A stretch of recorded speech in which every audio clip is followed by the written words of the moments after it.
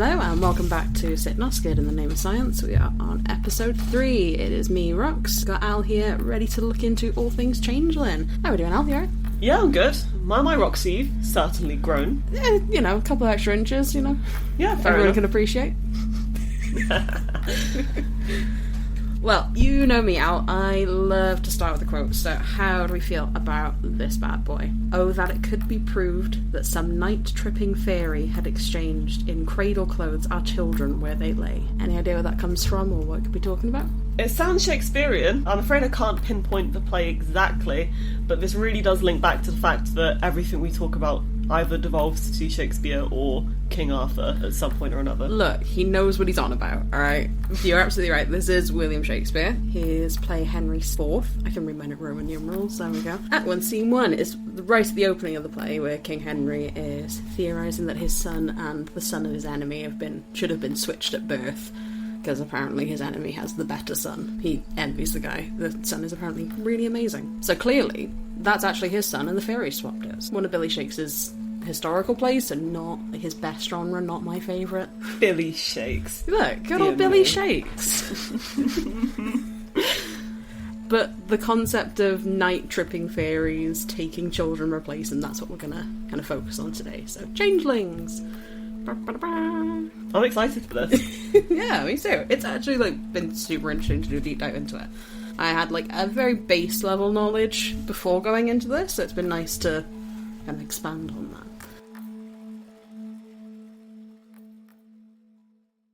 So what do you know about changelings, though? My understanding of changelings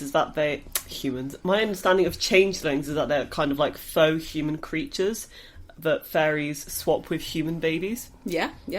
That's definitely part of it. So, Britannica defines a changeling as a deformed or imbecilic offspring of fairies or elves, substituted by them surreptitiously for a human infant. Get roasted, right? Oh no, that's a bit nasty. Yeah. So changelings appear in folklore all across the world, so Celtic, Norse, Germanic, yeah, they are everywhere. We even get cases of changelings in nature, so species of birds or fish or other organisms that practice something called brood parasitism. Instead of raising their young on their own, they will lay their eggs in another's nest, so I think cuckoos is one of them. Yeah, I was about to say that, yeah. Yeah, that's actually where the phrase cuckoldry comes from, which is really interesting. It's It's very fun cool. little fact there for you. I think with that as well, they tend to be much larger than their siblings, so they outcompete them for resources and then boots them out of the nest. Yeah. Just to add insult to injury. Absolutely, yeah, It is brutal. But yeah, it means that the implanted offspring are able to grow and thrive, and their parents don't have to do anything about it. In Germanic folklore, changelings don't actually tend to be left by fairies. They're left by dwarves. All right. Or potentially the devil. Obviously got to be one of the two. Yeah. And there's a belief that links to that where unbaptized children are more at risk of being replaced by changelings. It kind of makes you wonder which of those beliefs came first, the changelings or, the devil. Who knows? In Welsh, the basic name for changeling is plentyn newid, or change child, but there are other more descriptive terms. These include, me and my Welsh, I'm going to do my best.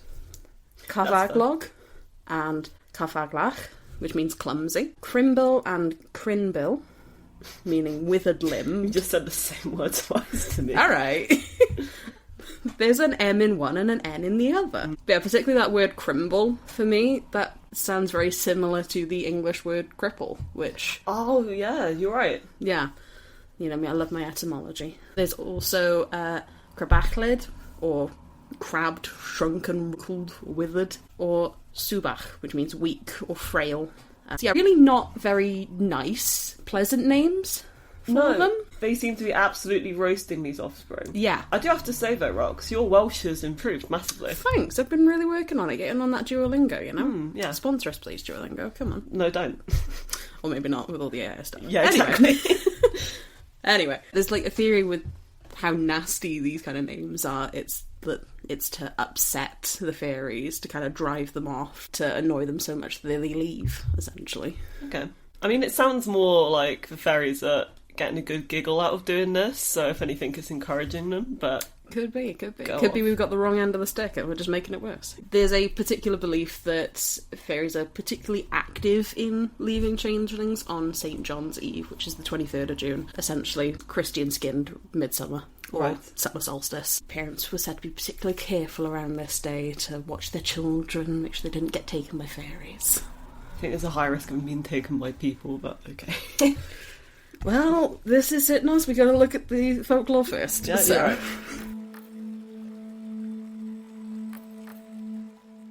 So there were actually several precautions that you could take to prevent your child from being abducted by a fairy and replaced with a changeling. Mm-hmm. That included having the mother present. It was very important that the mother stayed with the baby as long as possible, especially within the first 6 weeks after birth is a time frame that I've seen come up a couple of times. Okay.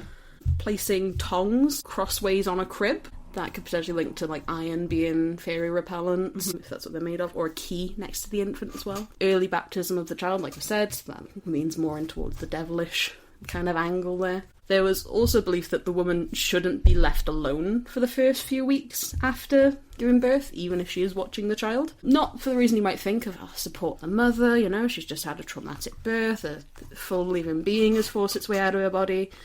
No, it's because she's more at risk of being influenced by the devil, obviously. Naturally. I too would be more inclined to take up Satanism after experiencing agony because some lady ate an apple and now everyone has to suffer You through know how it birth. is, yeah. I get it. Yeah. You know, I would be feeling particularly upset about it after a birth as well. I mean, who would not turn to the devil in that kind of situation? Very true. During that first 6 weeks after childbirth, that's like the key period, apparently. Mothers may not go to sleep unless there is someone to watch the child. The child must be watched at all times. Okay. If not, then that's when the changelingness happens. I've not been able to find, like, the verb version of changeling, of the act of changing or replacing, but... Changed? Yeah, alright. Fair enough. So, if the mother's not able to watch the child at all times, what she could do is place a man's pair of trousers or pants over the cradle. Mm-hmm. You know, even if you just need to leave the room, just chuck a bit of a man's clothing on it. Preferably your husband, if you've got one in this day and age. Even the idea of a man's presence is enough to protect the child from fairies, apparently. And the devil, obviously. I mean, I can consider that. No creature wants to be confronted by a trouserless man. We can leave that to the missus to tolerate, but Yeah. for the rest of us, I have no interest in any trouserless men confronting me. I don't think I'm going to agree with you there on that. What are the changes actually like? So there's a few general characteristics that show up in different legends across different cultures. They typically can shapeshift into the appearance of whoever they've replaced. There's a bit of discrepancy about whether it's like a perfect copy or not. Mm-hmm. There are some myths that say that it's very similar looking but uglier and weaker and more frail. But there are some stories where the changeling starts off as a perfect copy and then gets progressively weaker and uglier as time goes on. They're also characterised as being ravenously hungry, more intelligent for their age, like prodigies that can talk, sing, dance, play instruments, far beyond what you'd expect a child of that particular age. Some myths actually say the opposite, where they develop slower, they wither, they're frail, they fail to thrive. Oh, right. Yeah, so there is like a bit of a diverging path there on what type of changeling you end up with. So those are the main kind of characteristics, but there are a couple of other symptoms that might denote changeling, such as flapping their hands, shaking, fidgeting, moving on odd ways, very mischievous behaviour, potentially rejecting a parent's affection, which, as you can imagine, as a parent would be quite upsetting. Yeah, of course. There are many other variations on descriptions of changelings, but there's a folklorist, Susan Shune Eberly, in a 1988 essay, she said, the individual case was made to fit the superstition, and thus we possess no standardised data respecting the appearance of a changeling, where any child who may seem troublesome or a burden to their parents might be considered a changeling. Wow, that's a very reasonable thing for you to put forward, Rox. I'm not used to this level of disbelief in a fairy theory. You've from converted me to the science, what can I say? I'm glad to know that my clever arguments have won. However, I do have a feeling that this is going to slide into tormenting and harming children who are experiencing illness, disability, or neurodivergence, isn't it?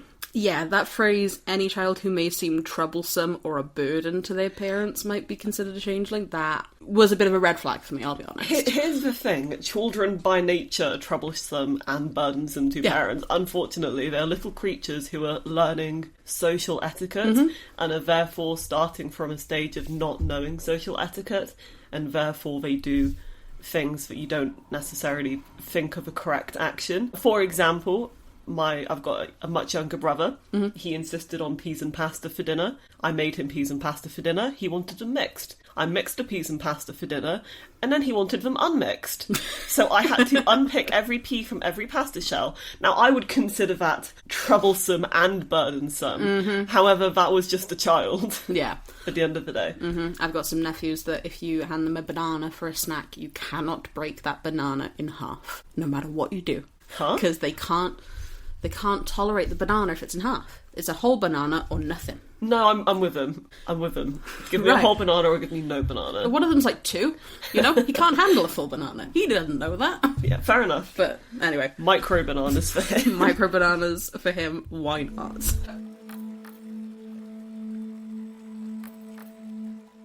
I wanted to look at a couple of case studies, starting with a legend from Jacob and Wilhelm Grimm. Does that kind of... Is that the Brothers Grimm? Yeah, I didn't know they had first names. It's not a thing you think about, you know? They're just the Brothers Grimm. Yeah. But Jacob and Wilhelm, apparently. Those are good names. Yeah. Some of them have even got, like, stuff individually, not just both of them, you know? That's crazy. Yeah. Thought they did everything together. I know. Wild, right? This is supposedly, finger quotes, a true story that took place in 1580, but, you know, verbal history being passed down. Pinch of salt, you know. That's an interesting thing for Rox to say, but go on. Alright. We've been so suspicious for it. There's no need for that. At the start of the episode, we posted the trigger warnings to this, but there are going to be quite heavy references to child abuse and domestic violence from here on out, so just a big heads up. Near Breslau, the German name for the city of Wrocław. I think I pronounced that right. It's Polish. They're in Poland. Because the Brothers Grimm are German, they used the German name for the town in their myth. There was a woman working to collect the harvest. She'd recently had a child, but her rich boss man forced her back into work. Goddamn capitalism. There we go. So she took her child with her, left it on some grass nearby while she was taking in the harvest, while she worked. And after a while, she went back to her child to feed it, and as soon as she saw the child, she screamed, cried out in despair.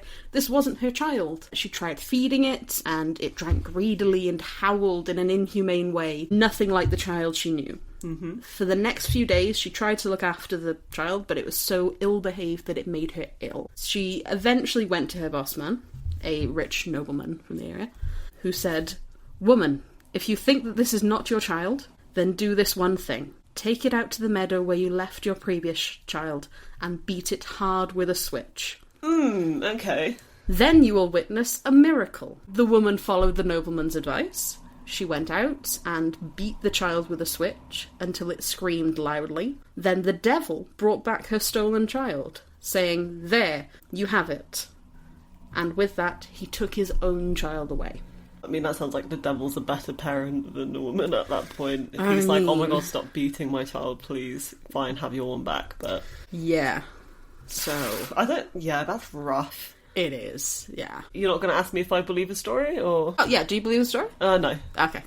See, that's why I didn't ask. At least not the way it's written there. Yeah, of course. Of course you wouldn't. Do I believe that someone's, like, super rich boss went, "I don't know, beat your child, I guess"? Yeah, I could believe that, but I don't think that, this is the story that happened. Yeah. Abuse of a changeling child as a method of curing them is a really common thing that I found. They're either being cured of it, or the fairies driven out of them, or they are then switched back because the fairies or the devil don't want to see their children getting abused. That seems to be the reasoning behind it. So beating a child into compliance. Yeah, it's a bit of a yikes right all around. Yeah, so I told you it was going to be a little bit heavy today.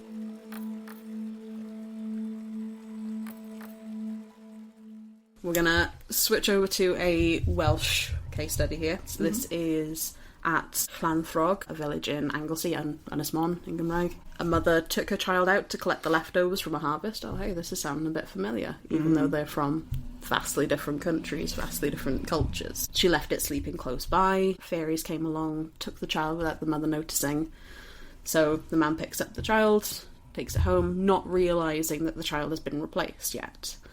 However, it's not long before she does notice. The child wouldn't eat, became weaker and even more sickly, and wouldn't try to walk or do things that you would expect a normal child of that age to do. So she went to her neighbours for some advice, and they gave her some really bizarre instructions.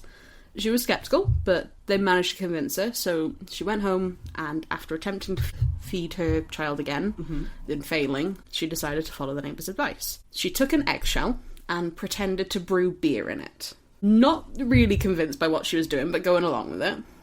Yeah, you're pulling a face at me. Brewing beer in an eggshell. Doesn't it need to be in a closed environment with yeast and sugars and hops and... Sorry, I'm not a beer brewer, but that feels hard. Yeah.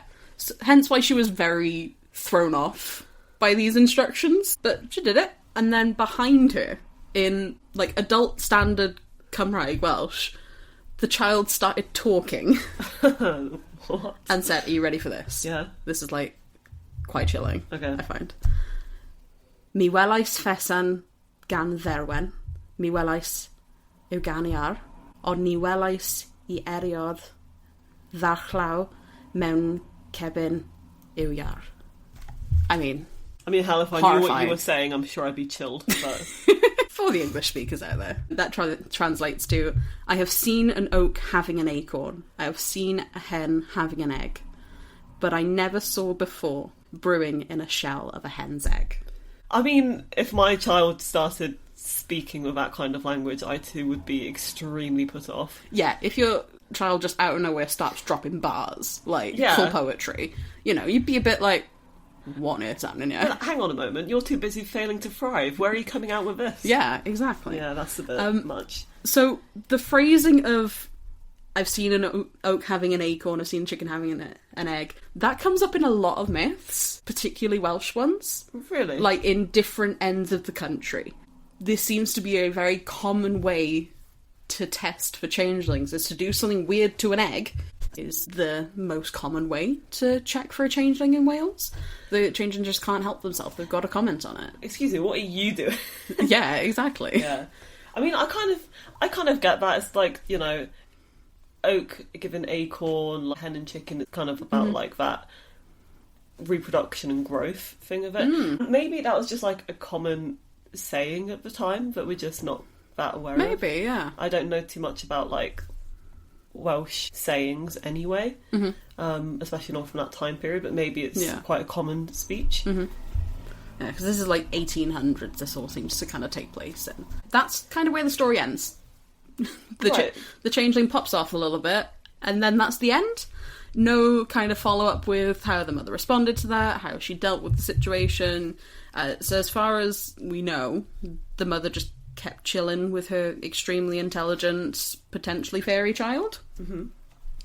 Because the story it's been passed down like verbal tradition.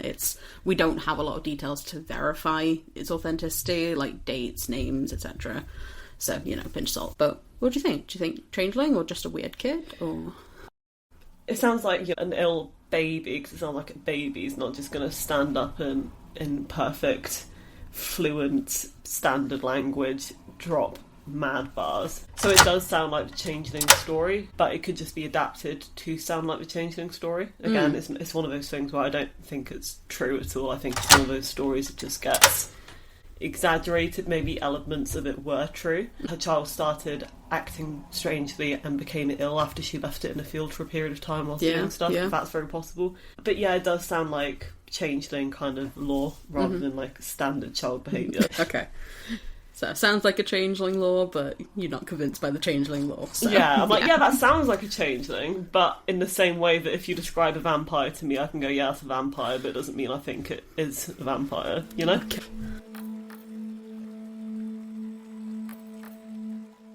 Alright, so we're going to actually skip across the pond and go to Ireland for our next 2 kind of case studies. We're going for 4 this time, just let's spice it up a little bit. These 2 are pretty bleak, I will say. Just a heads up. Okay. So for our third story, we're focusing on Michael Leahy, who was born in 1822 in County Kerry. We've got a bit more substantial information here, names, dates, places. As he developed, it was found that Michael couldn't speak or stand by the time he was 4 years old. Some people in his community believe that this was because he was a changeling. One woman in particular, Anne Roche, a elderly woman who claimed to have supernatural abilities and healing skills, seemed to be like the wise woman of the area kind of thing. She was convinced that Michael was a changeling. She ordered that 2 people from the town bathe the child in the River Flesk, the nearby river, every morning to cure him of his changeling nature. He was bathed in the river 3 consecutive mornings, and on the 3rd morning he was held under for longer than usual and he drowned. Gosh. He was 4 years old. Witnesses to the drowning said that they hadn't been aiming to kill Michael, just to, and I quote, put the fairy out of it. Anne Roche was not found guilty of murder.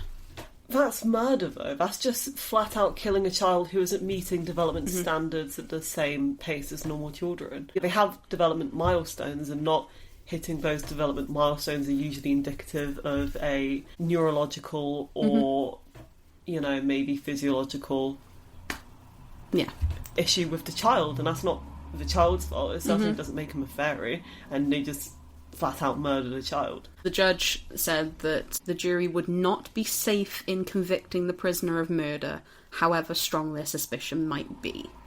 Which could mean a whole lot of things. Like, would they be in danger if they convicted? Did they mean not safe in convicting as in there's not enough evidence? Or if they do mean, like, the in danger, do they mean from fairies? If they convicted this woman, would the fairies seek retribution? Like, what do you think then? I mean, from how I would understand it is they meant safe as in there isn't enough evidence, which sounds like a load of rubbish. In my mind, they're just okay with the fact that a potentially neurodivergent or disabled child was just flat out killed, and they just didn't mind that. That's what it sounds like to me. Yeah, because with the not enough evidence thing, they've got...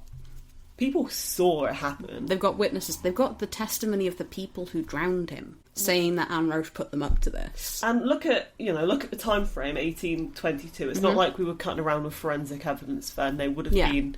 That would have been acceptable evidence for that time period. Yeah. It just sounds like they were unwilling to prosecute someone who killed a child. Some people believe it stems from a deep, like, fear and respect of fairies still prevalent within the culture, that because they're potentially using fairies as an excuse to carry out this, that can't risk retribution. I mean, putting children out to die is unfortunately something that has been a historical theme in a lot of cultures. If the child's going to require extra care, in a lot of places the child would just be put out to die. The fact that it was bathing and drowning specifically, it kind of rang a bell for me in terms of like witch trials and how witches were dealt with. And there is kind of a link there where witches were said to be consorting with the devil, and could that changeling then be connected in that way? I feel like drowning's easier to tolerate because it's less violent. If you felt you had to kill something but you didn't really want to kill something, you would go for the least violent way possible, you know, I guess in the same way that you go for like euthanasia over firing squad or bludgeoning to death or something. Yeah. So that's what I feel like drowning would be picked for that. Not a very nice tale at all. Our final case study, again in Ireland. This is probably the most famous instance of a changeling, but it's a little different to the ones I focused on so far. So this is Bridget Cleary, born Bridget Boland, in 1869 in County Tipperary. In her early life, she worked as a dressmaker's apprentice. She eventually met her husband, Michael Cleary, local cooper, in the town of Clonmel. A cooper is someone who makes like wooden barrels and baskets, etc. They got married a month later in 1877. A month later, full U-hauling it. Yeah, speedy. Yeah, but 1800s, they were kind of moving that quickly. Soon after the wedding, Bridget moved back home to live with her parents. Her mother passed away pretty soon after that, so it was just her and her dad. Michael stayed in Clonmel to work. During this time, Bridget got a lot more independent. She kept her own chickens, sold the eggs from them. She progressed from dressmaker's apprentice to actual dressmaker and hat maker. She was a professional woman, which is quite unusual for that time period. Bridget and Michael were happily married for 8 years. They had no children until March 1895, when Bridget is reported missing. Okay. So she'd been ill for several days before this, been diagnosed with bronchitis, so quite nasty. It was quite bad in the few days before she disappeared. She had doctor's visits, they prescribed some medication, and then they had a priest come over to deliver last rites. She had family and friends visit her to kind of say their goodbyes and try different remedies to help her. But then she was just gone, missing. Rumours were circulating. The local police started looking for her. Michael was quoted as claiming that his wife had been taken by fairies. Okay. Bridget's burnt corpse was found in a shallow grave 6 days after she was reported missing. Well, that's not being taken by fairies, is it? That's being set on fire and put in a shallow grave. Fairies don't do that. The coroner reported that her cause of death was burning. Yeah. So. Come on, man. That's a weak excuse. That's not a fairy. Yeah. There is a little bit of debate about whether the burning was before or after she died, but what we're going to get into does make it pretty clear what the order of events were. We're going a little bit true crime with this one, I hope you don't mind. In the aftermath of this, 9 people were charged in relation to this. Right. Several of them were just charged for wounding. Oh, yeah, okay. But 5 of them were indicted for murder. Michael Cleary, her husband, Patrick Boland, her father, Mary Kennedy, James Kennedy, and Patrick Kennedy, some friends from the area. Running through the trial, the events that we can gather are this. The day before Bridget just disappeared, Michael called the priest to the house. He told the priest that he hadn't been giving Bridget the medication prescribed to her because he had no faith in it. After the priest left, friends and family came over. An argument ensued that was heavily tinged with fairy mythology. Bridget was agitated and unhappy with all of this, as you can probably sympathise, saying to Michael that the only person who'd gone off with the fairies had been his mother. This caused Michael to snap. He tried to force feed her, threw her down on the ground in front of the kitchen fireplace, and threatened her with a piece of burning wood. Her dress from the proximity to the fireplace caught alight. Michael, instead of helping his wife, threw lamp oil on her. Well, so that's obviously... Sorry, where did the fairies come into this? Because this is just a man murdering his wife. His defence was that his wife had already been taken by the fairies, that this was not his wife. This was a changeling. You guys can't see me right now because this is a podcast, but my eyes are rolling into the back of my skull. Yeah. So, Patrick Boland, Patrick Kennedy, Michael Kennedy and James Kennedy, the people who were in the room with her while her husband did this. While her husband set her on fire, yep. Yeah.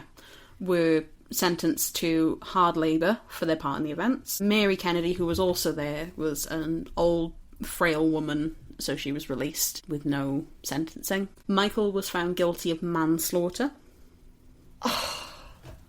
Yeah, just manslaughter. Right, okay. And sentenced to 20 years of hard labour.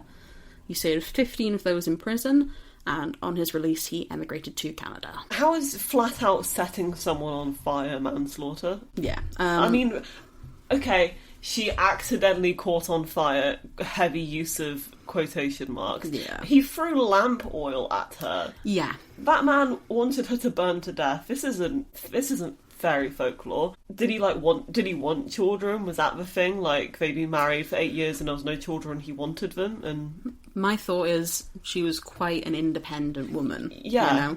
Not someone who could probably be easily controlled. We know from the story that she's quite outspoken. That's disgraceful. Yeah. The case was massive in Ireland. Bridget was actually described as the last witch burnt in Ireland. Oh, I can't swear. But... Even though she was never accused of being a witch at all.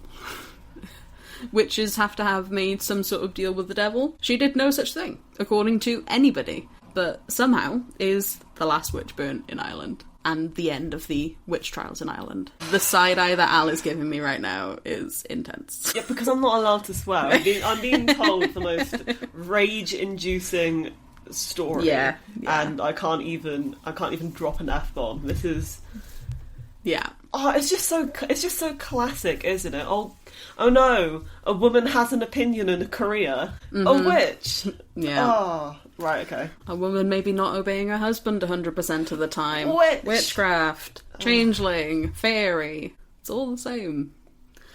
There's actually an Irish nursery rhyme that reads, "Are you a witch or are you a fairy? Are you the wife of Michael Cleary?" Are you a witch or are you a fairy? Or are you the wife of Michael Cleary?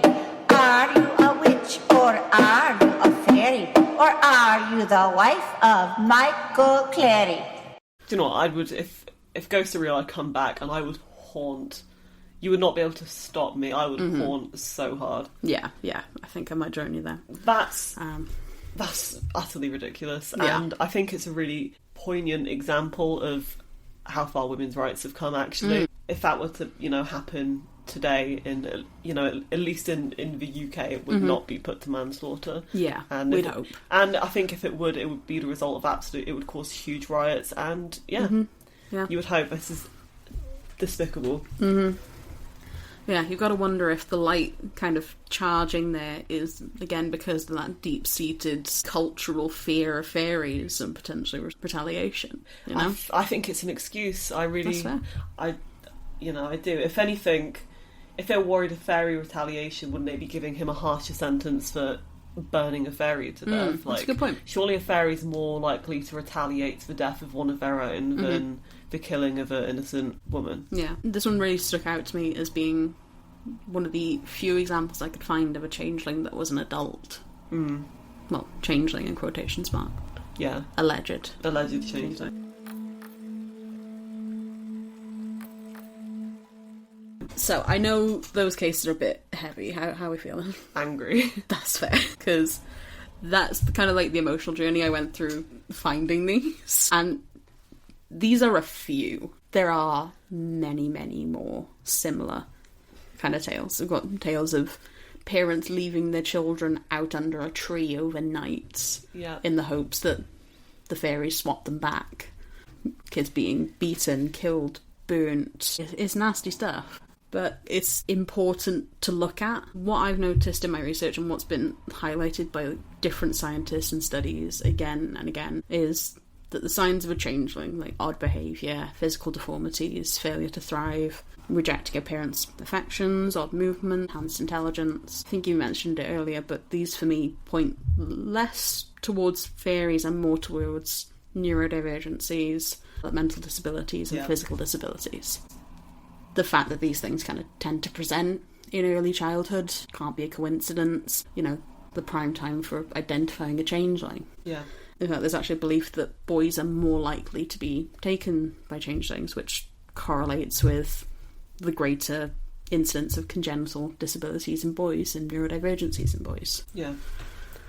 It's absolutely tragic. It is, because you've got to think how many of these children were left out in the woods overnight to die. How many of them were tortured by family members? Yeah. By the people who should have been taking care of them.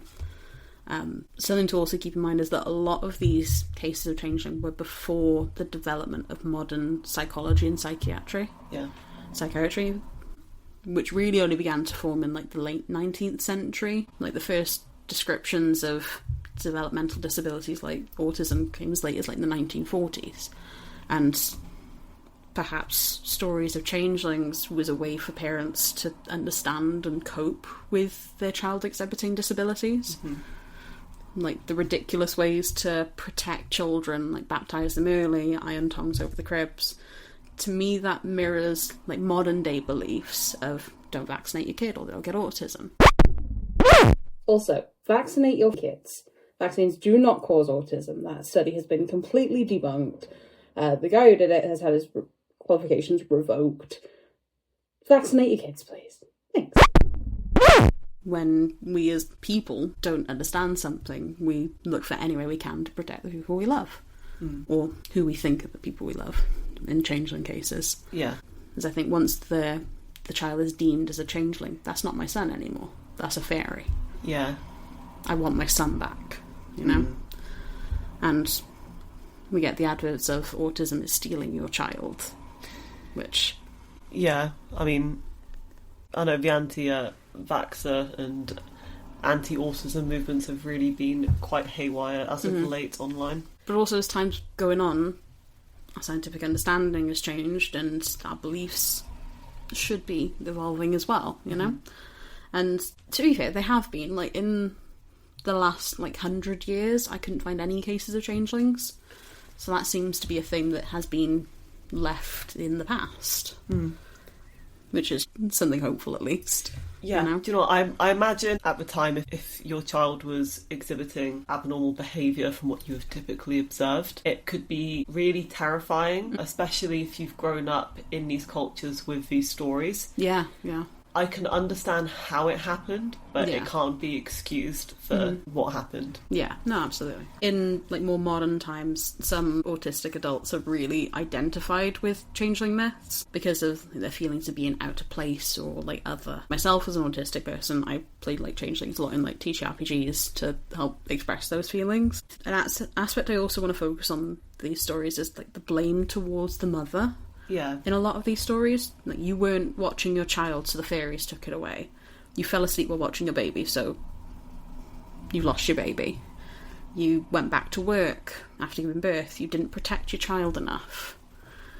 You didn't get your child baptised early. It kind of smacks of this culture of shame around these kind of things.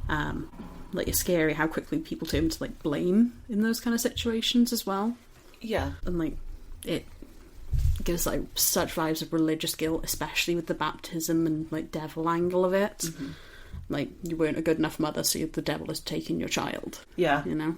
No, I 100% agree with you there. I think also as well, babies in general are such vulnerable little creatures. Their skulls aren't fully formed, they have weaknesses on their heads. You've got to be worried about SIDS, which is just sudden infant death. Yeah. And we don't even know really what causes that. They just sometimes die. Yeah. And I think maybe that fragile nature of babies and young children, when something happens, you have to look for any excuse to justify why that thing happened in order to carry on living your life, because I can't imagine the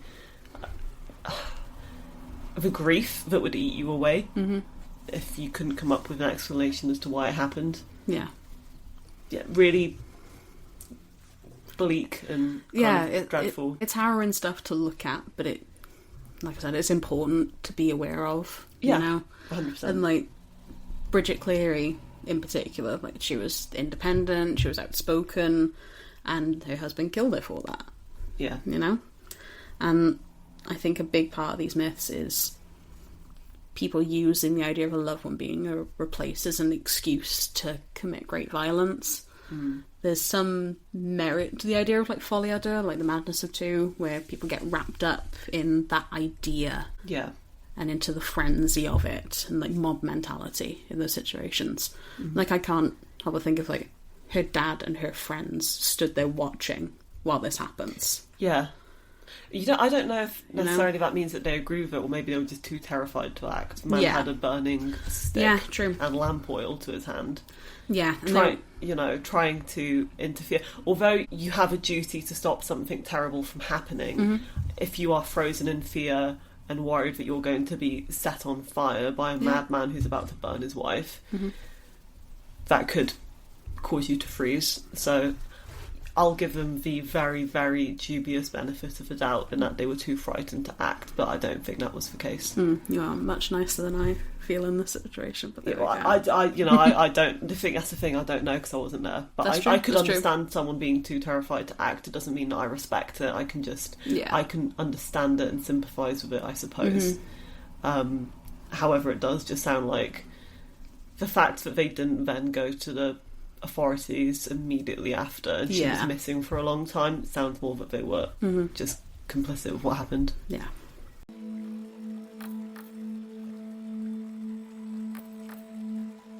Well, this has been an interesting but harrowing deep dive for me, and I still feel like I've barely scratched the surface with it. thank you for letting me ramble at you, as always, Al. No, it's been a really fascinating one, a really troubling one as well at the same time. Let's kind of switch it back to the light side a bit. Rox, you were, well, a hell of a lot more reasonable and scientifically minded than I usually see from you, so that's been a refreshing change of pace. You've been rubbing off on me, Al. What can I say? What can you say, eh? As usual, if you see anything you think we might enjoy, please tag us using hashtag #SITNOS. We're available on Reddit, Instagram, and Threads. We'd love to hear if you had any experience with changelings, or if you heard about changelings, or any folklore from your area, anything along those lines. So yeah, thanks for listening. Goodbye. Hey, so the pieces should be here in like 45 minutes. Good for you. Who's this? Bye.